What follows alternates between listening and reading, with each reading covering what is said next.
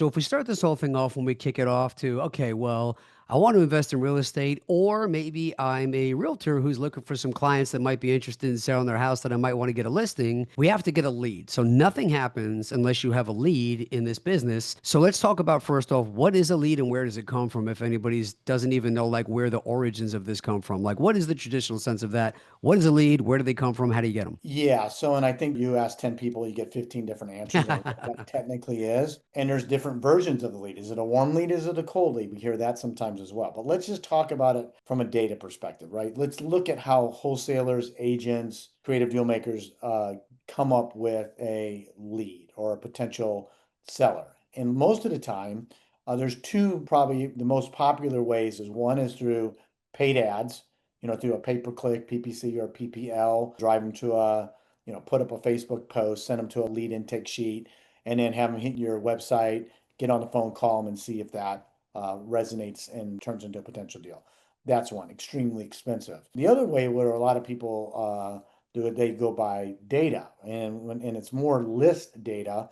And we'll talk about the difference between what we do on the intentional side versus list. Most people that understand that buy list data or they buy some kind of a data stack, they call it data stacking, which is basically putting different levels of motivation to find out if the seller may be interested in selling.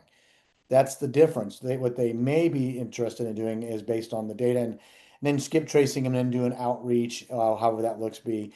Because just because you have data and you get a list of pre-foreclosures, for example, somebody that's in a pre-foreclosure status, just because they're in pre-foreclosure does not mean they are a motivated seller, okay? It means it's possible they may be a seller, doesn't mean they actually are. Okay, that's the list side of it. Okay. The other problem with that is that it's very static. It's like the newspaper. And what I mean by that is that if it hits the newspaper, I don't know if they even do print newspapers anymore. I guess the Wall Street Journal, right?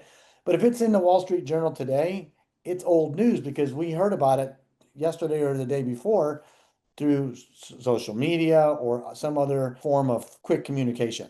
Buying a list from a data provider is like buying a newspaper, okay? It still could be good. You could still monetize it. That's great. What I want to talk about and what we do on the Data Aviator side, and specifically through USA Lead Machine for agents, wholesalers, creative deal makers, it's all intentional data, okay? And what I mean by that is the seller has intentionally done something and raised their hand in some capacity. It says, hey, I need to sell my house fast. Or how do I sell a house that's in probate? Or I just inherited a house. What do I do next? Right? Those are all intentional long keywords that are searched.